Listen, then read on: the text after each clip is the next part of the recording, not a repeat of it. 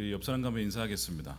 당신과 함께하니 너무 기쁩니다. 한번 인사하겠습니다. 오늘 함께 주제인데 당신 얼굴을 보니까 살만 납니다. 함께해서 너무 좋습니다.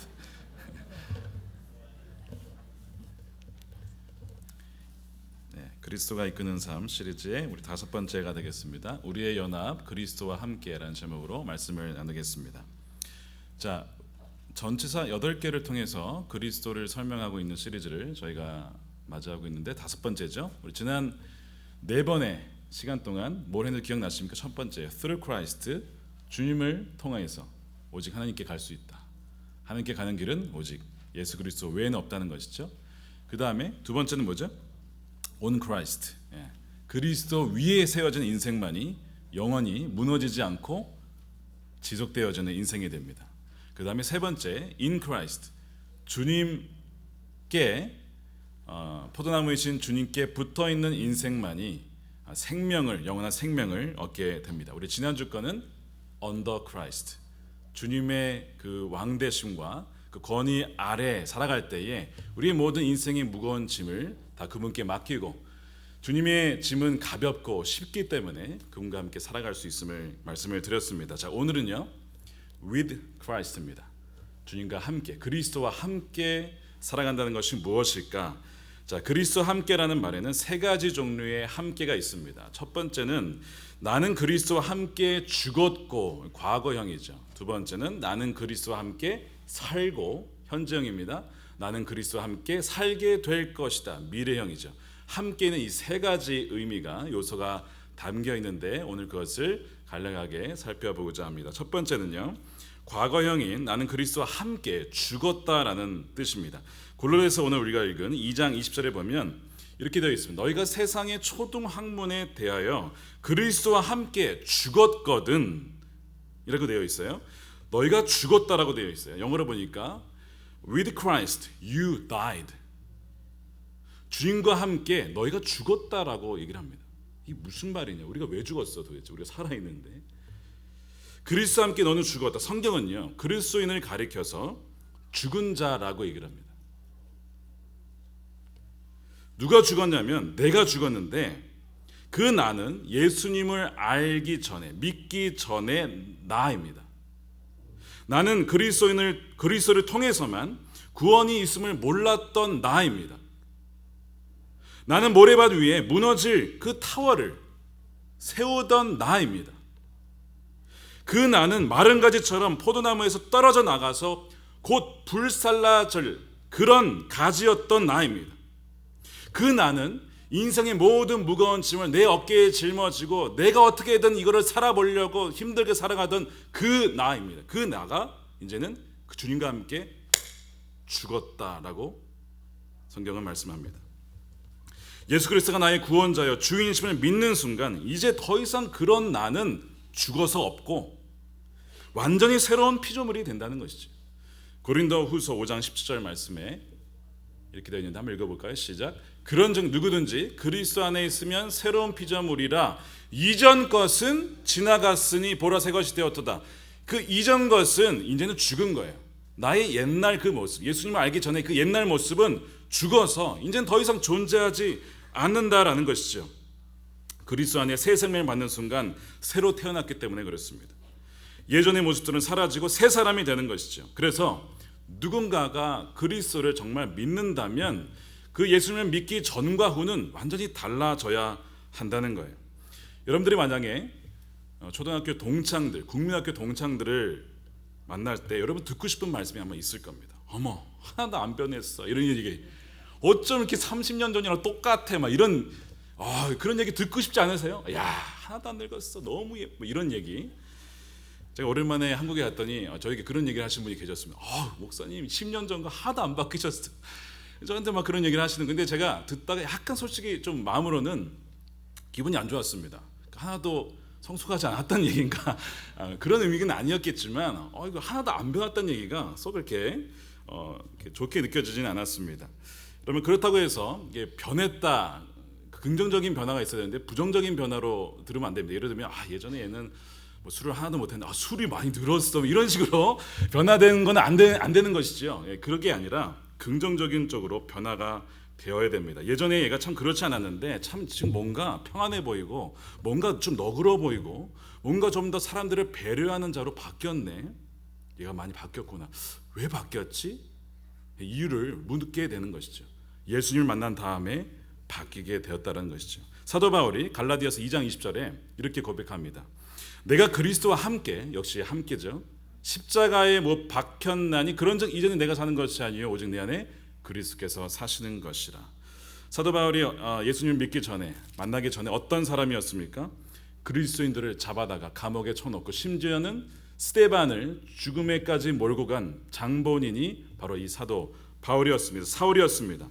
율법을 지키고 선한 일을 많이 하면 내가 구원을 받을 줄 알았던 사람이 바로 그 사람이었죠. 그러나 그가 다메섹을 가던 길에 주님을 만나게 됩니다. 사울아 사울아 왜 나를 핍박하느냐. 너무 충격이었어요. 그가 그 강한 빛으로 인하여서 눈이 멀게 됩니다. 3일 동안 보지 못한 채, 가만히 보지 못한 그 어둠 속에서 기도를 하면서 이 사울이라는 자가 바뀌어집니다. 바뀌어야 돼요. 회심을 하게 되는 거예요. 새로운 피조물로 변화되는 순간입니다. 우리가 정말 그리스도를 믿는다면 그리스도와 함께 이미 나의 옛사람은 죽은 것이죠. 주님을 만나고도 그 전과 후가 같을 수가 없다라는 겁니다. 1874년에 황해도에서 태어나신 김익두라는 분이 계셨습니다. 유명한 깡패였죠. 그러나 그가 어떤 여자 선교사님으로부터 복음을 듣게 됩니다. 그 왜 듣게 되냐면 도대체 얼마나 중요한 얘기길래 이렇게 먼 이 조선에까지 와가지고 이런 얘기를 하나, 도대체 무슨 얘기를 하는지 한번 들어보자. 듣다가 복음을 듣게 돼요. 그러면서 신약 성경을 한번 읽어보겠다. 그래서 신약 성경을 여러 차례 읽게 됩니다. 그러다가 그가 3일 금식을 하고 산에서 내려오면서 그가 변화를 하게 되는데 그때 하나님의 음성을 듣게 됩니다. 익두야, 익두야. 이것이 나를 부르시는 하나님의 음성이구나. 그가 회심을 하고 완전히 변하게 돼요. 그러면서 그가 한 일이 뭐냐면 자신의 부고장을 돌린 일이었습니다. 김익두는 죽었다라는 거. 그 깡패, 사람들을 괴롭히던, 동네 방네 다니면서 괴롭히던 그 김익두는 죽었다라는 부고장을 보내게 돼요. 그런데 그가 어느 날 시장에 등장하게 되죠. 죽었다라고 하는 김익두가 시장에 떡하니 나타난 거예요. 그 사람들이 사실은 처음에 너무 기뻐했는데 죽었다고 해서. 근데 어쩌면 살아있으니까 이게 어떻게 된 거냐. 정말 그 김익두가 죽은 게 맞나 싶어서 어떤 사람이 그 김익두에게 물을 확 뿌렸죠. 근데 가만히 있는 거예요. 물 뿌림을 당했어도 가만히 있는 거예요. 아무렇지도 않다는 듯이 물을 이렇게 턱턱 털고는 그 물 끼얹은 사람을 딱 쳐다보면서 하는 얘기가 이거였습니다. 너는 옛날 김익두가 죽었다는 사실을 기뻐해라. 만약에 그 김익두가 살아있다면 너는 오늘 요절이 났을 거다. 예전에 그 김익두는 더 이상 존재하지 않는다. 죽었기 때문에 이제는 새 김익두. 그래서 성경에 보시면요, 하나님을 만난 사람들은요 이름이 바뀝니다.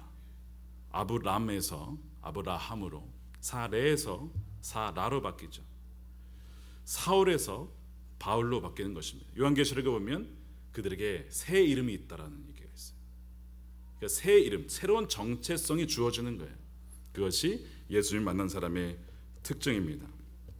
제가 C.S. 루이스를 여러 차례 말씀을 드렸는데 예수님을 믿기 전에도 그는 문학 비평가였습니다. 평론가였고 작가였습니다. 그런데 예수님을 믿은 다음에 그의 작품은 완전히 달라지게 돼요. 우리가 알고 있는 난이언대기도 그 이후에 쓰여진 것이고, 지금까지 기독교 변증서로서 가장 하나를 꼽으라면 꼽을 수 있는 이 순전한 기독교라는 Mere Christianity라는 책도 그 이후에 쓰여진 책입니다.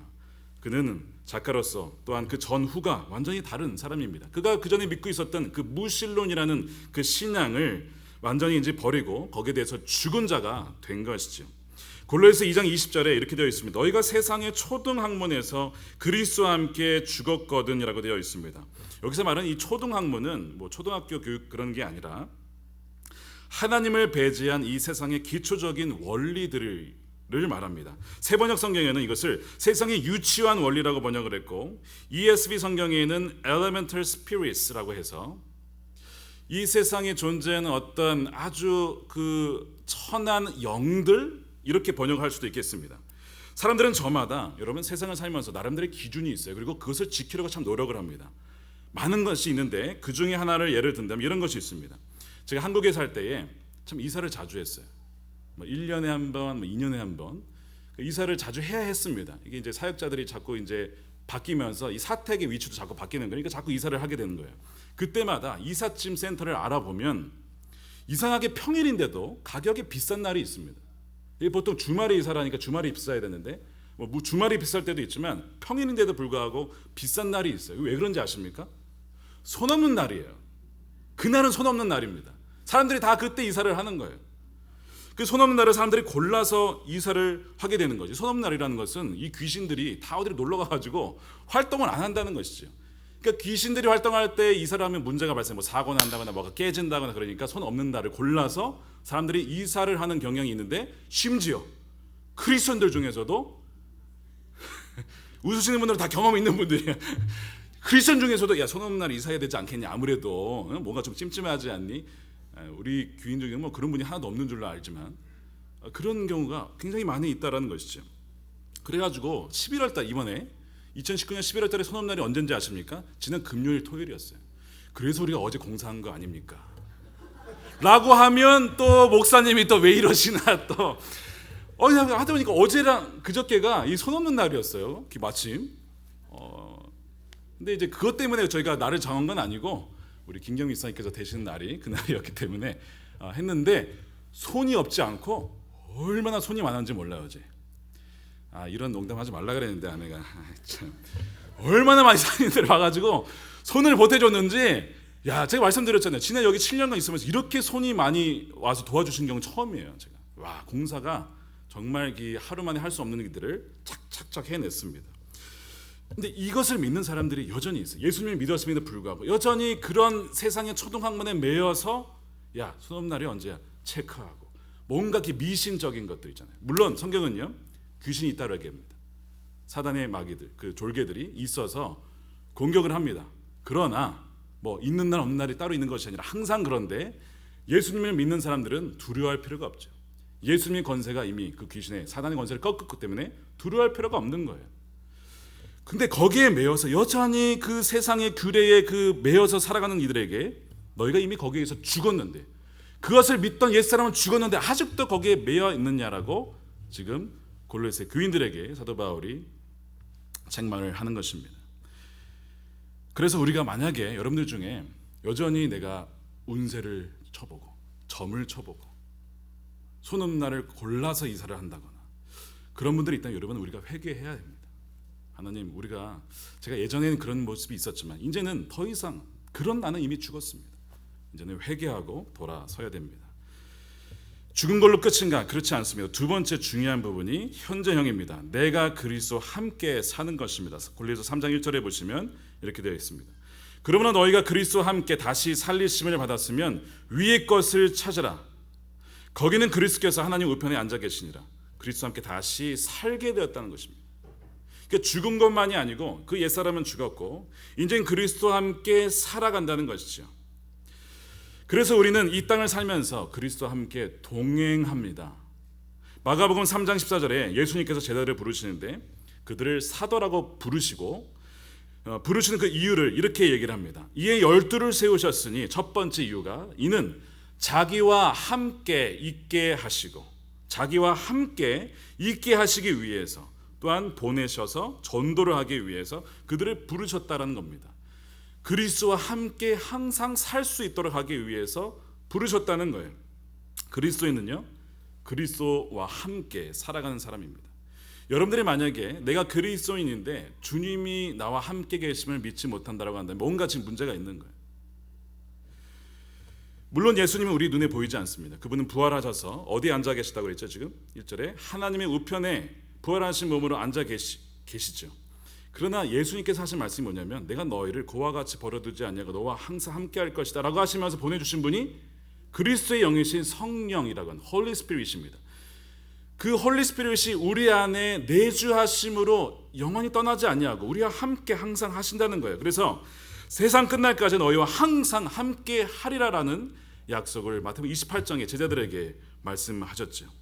어떻게 우리와 함께 하시냐면 성령님으로 이제는 주님과 우리가 함께 하는 거예요. 제가 예전에 한번 고백했지만 제가 예수님을 고등학교 1학년 때 인격적으로 만났을 때 그 이후에 바뀐 것 중에 여러 가지가 있는데 그 중에 하나가 제 입술에 욕이 사라졌습니다. 이런 얘기하면 또 시험 드시는 분들이 있는데 과거의 옛날 얘기니까 더 이상 뭐 자세히 말씀드리지 않겠지만 입술에 욕이 사라지고 두 번째는요, 두려움이 사라졌어요. 무슨 두려움이냐면 저는 밤에 무서워서 혼자 잘 다니지 못했습니다. 뭔가 사람도 무섭지만 정말 귀신이 무서웠어요. 그러니까 껌껌한 밤만 되면 두려운 거예요. 또 한 가지는 사람들 앞에 서질 못했습니다. 제가 초등학교 때 이렇게 국민학교 때 학생들 앞에 서면 너무 무서워가지고 사람들 앞에 선다는 게 말이 안 나와요. 말이 이렇게 막 이렇게 떠는 거죠. 막 얼굴이 벌개지고 막 뭔가 이렇게 자신감이 없고 두려움이 있고 막 그랬던 제가 예수님을 만났는데 무슨 확신이 드냐면 예수님이 저와 늘 함께 계신다는 마음이 드니까 혼자 어딜 가도 어떤 상황이 와도 두렵지가 않더라고요. 사람들 앞에서도 두려움이 없는 거예요. 그렇게 제가 변하게 되었어요. 스피치라는 것을 모르던 사람이 사람들 앞에서 말을 하게 되고 담대하게 되는 것을 경험하게 되었습니다. 세뮤얼 러더포드라는 17세기의 스코틀랜드의 신학자인데요. 이분이 쓴 책 중에 편지입니다. 옥중서신인데 그것을 모아다가 이제 책으로 나왔는데 존 웨슬리나 또한 찰스 스펄전이나 리처드 백스터나 존 버년과 같은 많은 사람들에게 감화를 준 그런 서신서예요. 그가 이렇게 쓴 부분이 있습니다. 그가 감옥에 갇혀 있었는데 어젯밤에 예수 그리스도께서 내 감방에 들어오셨다. 예수님이 나타나신 거예요. 그의 감방에. 그러자 그 감옥에 있었던 그 모든 돌들이 루비처럼 빛나기 시작했다. 그 감옥의 돌들이 막 빛나게 예수님 때문에 변하게 되는 것을 그가 경험합니다. 그가 감옥에 있었지만 주님이 함께 하시니까 그가 보는 눈이 달라지기 시작하는 거예요. 이 비슷한 이야기를 구세군 창시자인 윌리엄 부스의 딸 캐서린 부스가 이렇게 고백합니다. 그녀도 스위스에서 복음을 전하다가 그 반대 저항에 걸려서 그 감옥에 갇히게 됩니다. 그때 그가 이런 시를 씁니다. 내 영혼의 사랑이신 주님, 주와 함께 나 이곳에 있네. 주께서 나와 함께 하시니 감옥도 천국으로 변화하도다. 천국의 햇살이 비쳐드니 철장도 그분을 막지 못하고 그 사랑의 얼굴을 덮지 못하네. 얼마나 아름다운 신지 몰라요. 철장도 그분을 막지 못하고. 이것이 참된 신앙인들의 공통적인 고백입니다. 주 나와 함께 하시니 그 어디나 하늘나라라는 것이죠. 여러분, 그리스도인이 된다고 해서 우리의 주변 현실과 상황이 당장 바뀌지는 않습니다. 세상은 그대로 흘러갑니다. 그러나 그리스도와 함께라는 것이 믿어지면 달라지는 것이 있어요. 뭐냐면 상황을 대하는 우리의 눈이 바뀌게 됩니다. 그 상황에 대한 우리의 태도가 달라지게 돼요. 상황은 그대로이고 불평할 상황이지만 거기에서 이상하게 감사가 나오고 찬양을 하게 되는 상황으로 바뀌게 됩니다. 이 세뮤얼 러더포드나 캐서린 부스나 사도 바울이나 감옥에 갇힌 어려움들을 다 당했어요. 그리스도가 함께 하시면 우리는 이렇게 생각하죠. 그리스도가 함께 하시면 그런 상황에 처하지 말아야죠. 우리가 이렇게 생각합니다. 그것이 우리가 생각하는 방식이에요. 하나님이 함께 하시면 어떻게 어려움이 있을 수 있습니까? 물론 하나님이 기적을 베푸셔서 그렇게 하실 때도 있습니다. 그분의 초자연적인 권능으로 그래서 이기나게 하실 때가 있어요. 그러나 우리에게 주어진 그분의 영원한 생명은 오늘 본문에 보면 감추어져 있다 이렇게 되어 있습니다. 우리는 이 땅에 보이게 살지만 그러나 보이지 않게 우리는 하늘에 사는 자들이기 때문에 그렇습니다. 이게 3절의 의미입니다. 이는 너희가 죽었고 너희의 생명이 그리스도와 함께 하나님 안에서 감추어져 있다라고 되어 있어요.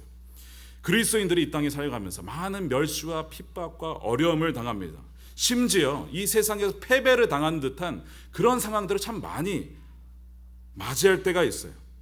왜 그러냐면 사실은 하나님 우편에 앉아 계시는 그리스도에 의해서 주님께서 다스리지만 마치 우리가 느껴지는 것은 뭔가 이렇게 이 세상에 눌린 것 같고 마치 감추어져 있는 듯한 그 이유가 바로 이 말씀의 이유입니다. 때가 되면 그리스도는 권능의 주로 심판의 주로 나타나셔서 오신다는 것이죠. 그리고 하나님이 다 이 상황을 통치하고 계시다라는 것을 분명히 보게 될 때가 온다는 것입니다. 그래서 함께 하시면 결코 잊어서는 안 됩니다. 하루는 제자들이 갈릴리를 건너다가 풍랑이 거세게 불었습니다.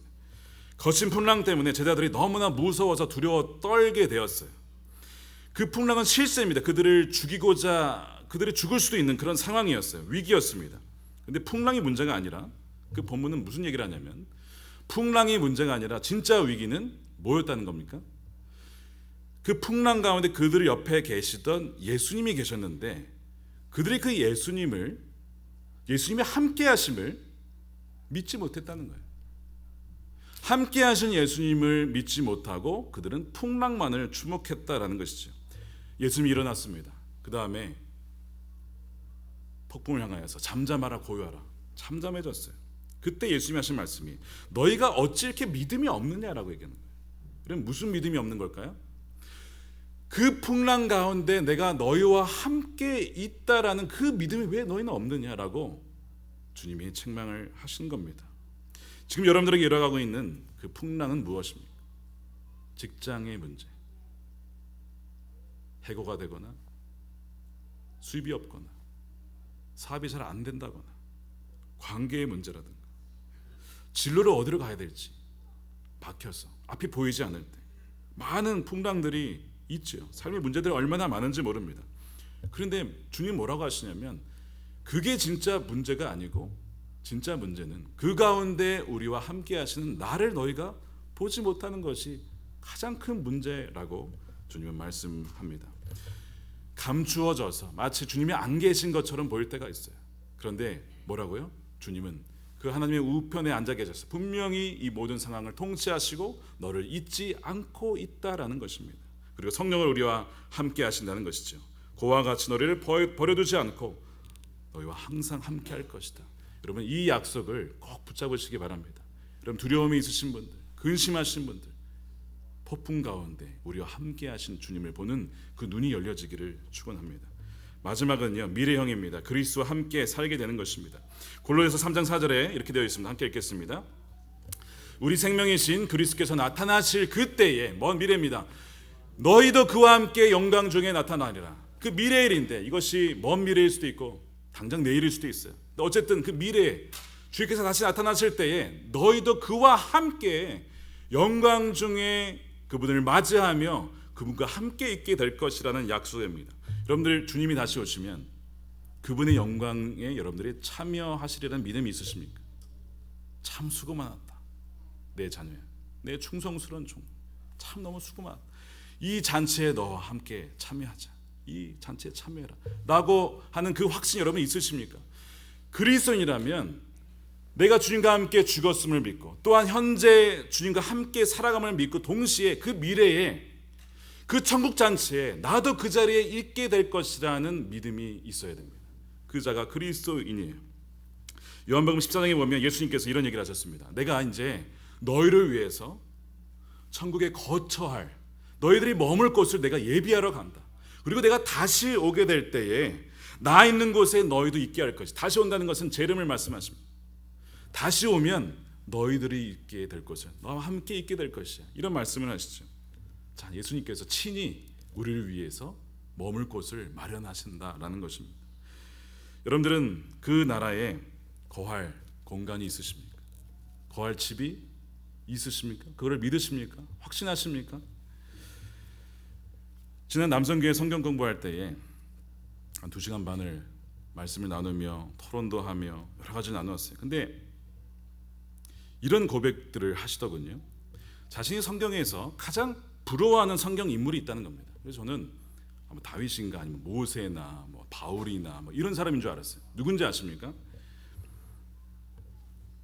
그 예수님이 십자가 옆에 있던 그 강도, 그 강도가 자기는 가장 공동적인 고백이에요. 그 강도가 가장 자기 부럽다라는 거예요. 자기 마음대로 막 하고 싶은 대로 다 살고 뭐 죄진데 뭐 다 살다가 막판에 구원 열차 탄 그 사람, 나는 너무 부럽다는 것입니다. 다들 그런 얘기를 하는데 제가 이걸 어떻게 이게 지금 말씀이 그거를 전하려고 한 게 아닌데 너무 자기는 그게 소망이었다라고 고백을 하시는 겁니다. 그 강도가 이런 약속을 듣게 됩니다. 예수께서 이르시되 내가 진실로 너에게 이르노니 오늘 너가 나와 함께 낙원에 있으리라 하시니라. 강도가 주님과 함께 낙원에 거할 것이라는 약속이죠. 아무리 악한 강도라도요, 하나님의 은혜로, 하나님의 자비로 주님과 함께 있을 수 있다라고 하는 놀라운 그 주님의 크신 자비를 보여주는 이야기가 이제 그것이 강조점이죠. 결코 제멋대로 살다가 막판에 구원 열차를 타자, 이게 강조점이 아닙니다. 그럼에도 불구하고요, 이 말씀은요, 주님과 함께 낙원에 있을 수 있다면 그것이 얼마나 큰 은혜이고요, 또한 하나님은 그러한 자들도 막판에 구원하실 수 있는 능력이 있으시고 자비가 있는 분이라는 것입니다. 주님과 함께 있을 수 있다는 사실이 얼마나 큰 복인지 나중에 주님이 다시 오시면 아마 깨닫게 될 겁니다. 사도 바울이 자신이 원하는 것이 무엇이냐 이렇게 얘기를 했습니다. 고린도후서 5장 8절에 우리가 담대히 원하는 바는 차라리 몸을 떠나 주와 함께 있는 것이라. 당장 자기는 죽고 싶다는 거예요. 당장 자기는 주님과 함께 있는 것을 원한다는 것이죠. 한 번이 아닙니다. 빌립보서 1장 23절에 또 얘기합니다. 차라리 세상을 떠나서 그리스도와 함께 있는 것이 훨씬 더 좋은 일이다.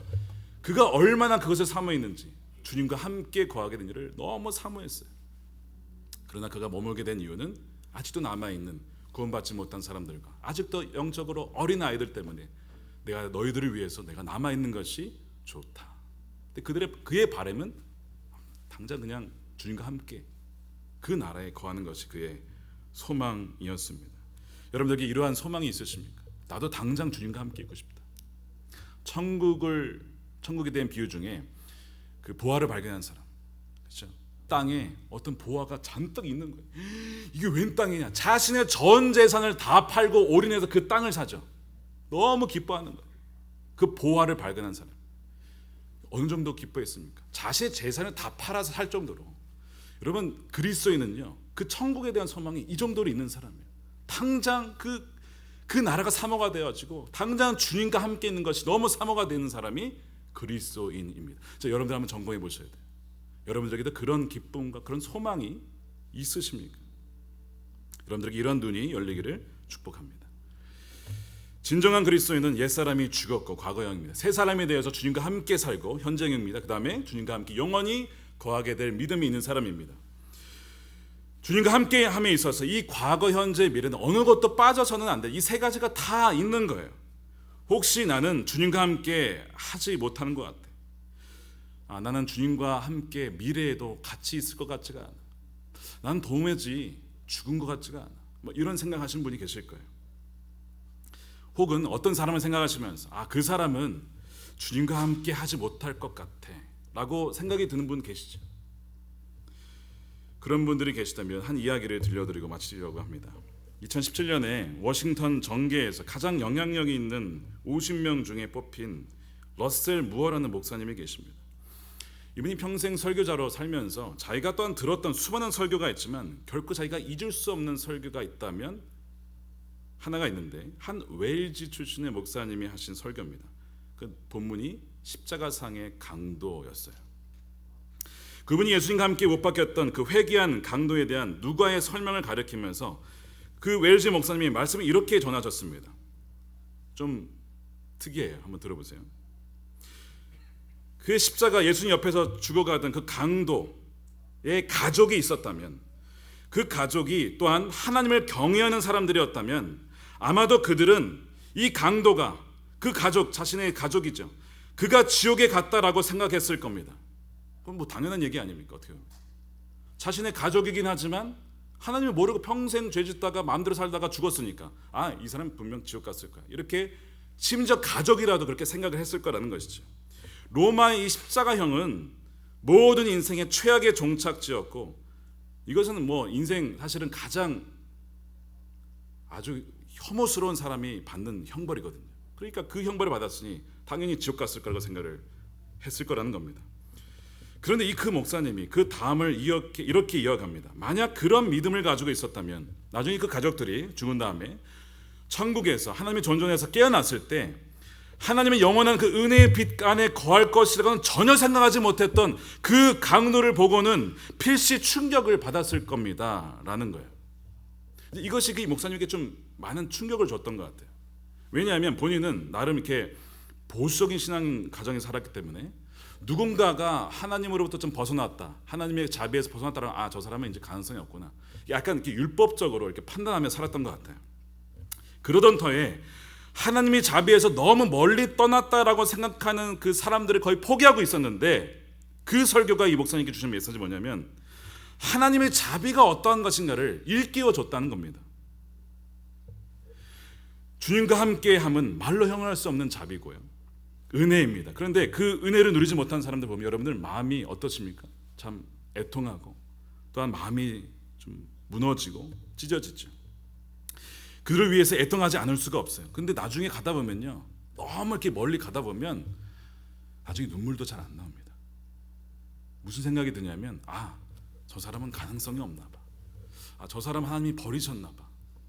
나중에는요 이런 생각도 하게 돼. 저 사람은 예정을 받지 못했나 봐. 뭐 이런 생각을 하면서 포기를 하게 되는 경향이 있어요. 나중에는 그 강도는 지옥 갔을 거야. 그 사람은 지옥 갈 것 같아. 뭐 이런 얘기를 하게 되는 거죠. 그 강도에게 가족이 있었다면 그 가족들조차도 그렇게 생각했을 겁니다. 왜? 이 강도가 그 십자가상에서 무슨 일이 벌어졌는지 그 가족들은 모르기 때문에 그렇죠. 그러나 하나님의 생각은 우리와 다르고 하나님의 계획은 우리의 계획과 다르다는 것입니다. 이사야 54장 8절에 이런 말씀이 있어요. 내가 영원한 자비로 너를 긍휼히 여기리라. 너의 구속자 여호와께서 말씀하셨느니라. 혹시 여러분 주위에 이 강도와 같은 분이 계실지도 몰라요. 여러분 자신이 그럴지도 모릅니다. 가족조차도 포기하고 소망을 품을 수 없는 사람, 가족이 봐도 그 사람은 지옥 갈 거야 라고 생각이 되는 사람, 그는 절대로 주님과 함께 있지 못하게 될 거야 라고 생각이 드는 사람, 여러분 만일 그런 자가 여러분 주변에 계시다면 결코 포기하지 마십시오. 그 강도는 죽기 직전에 예수님께 이런 고백을 합니다. 예수여, 당신의 나라에 임하실 때에 나를 기억하소서. 여러분 강도가 평생을 자기 마음대로 죄 지으면서 강도짓하며 살았기 때문에 자신이 자격이 없음을 그 누구보다도 강도는 너무나 잘 압니다. 나는 그 나라에 들어갈 자격이 없다는 거예요. 나는 구원받을 자격이 없다는 거예요. 너무나 잘 알죠. 딱 하나 그가 의지할 수 있는 것이 하나 있습니다. 뭔지 아세요? mercy, 자비입니다. 자비는요, 용서받을 자격이 없는 자에게 주어지는 용서입니다. 그것이 자비예요. 그 자비를 붙잡은 거예요, 강도는. 저는 평생을 그렇게 강도로 살았고 이렇게 십자가형이 못 박힐 정도로 극악한 죄인이었어서 내 자신은 아무런 공로가 없지만 구원받을 자격도 없지만 당신의 나라에 임하실 때 나를 기억해 주십시오. 그 얘기는 자비를 베푸신다면 베풀어 주시고 설령 그렇지 못한다 할지라도 괜찮습니다. 그런데 저를 기억해 주십시오. 그 요청, 어떻게 그 요청이 나왔을까? 그 순간에 예수님이요, 그 강도의 요청을 듣고 오늘 내가 나와 함께 낙원에 있으리라 라고 하신 거죠. 그 강도가 그 말을 들었을 때 얼마나 눈물을 흘렸을까? 아니 나는 자격이 하나도 없는데, 난 평생을 죄 지으면서 내 마음대로 살았는데 나와 함께 낙원에 있으리라. 이게 도대체 이 무슨 자비인가라고 하시는, 이 자비가 여러분들의 가정에 있기를 원합니다. 제가 잘할 수 있는 건 별로 없지만 우리 성도님들을 위해서 기도하는 게 그거예요. 어느 한 명도, 어느 한 가정도, 어느 자녀도 이 자비에서 벗어나지 않고 그리스도와 함께 살며 그리스도와 함께 그 땅에 거하게 되는 것, 그랬으면 좋겠어요. 뭐 딴 거 아닙니다. 그것이 저의 기도예요. 그래서 오늘 말씀을 보면서 그리스도와 함께 그 복을 누리는, 함께 거하는 그 임재를 누릴 수 있는 저와 여러분들이 되시기를 주님의 이름으로 간절히 축원합니다. 기도하겠습니다.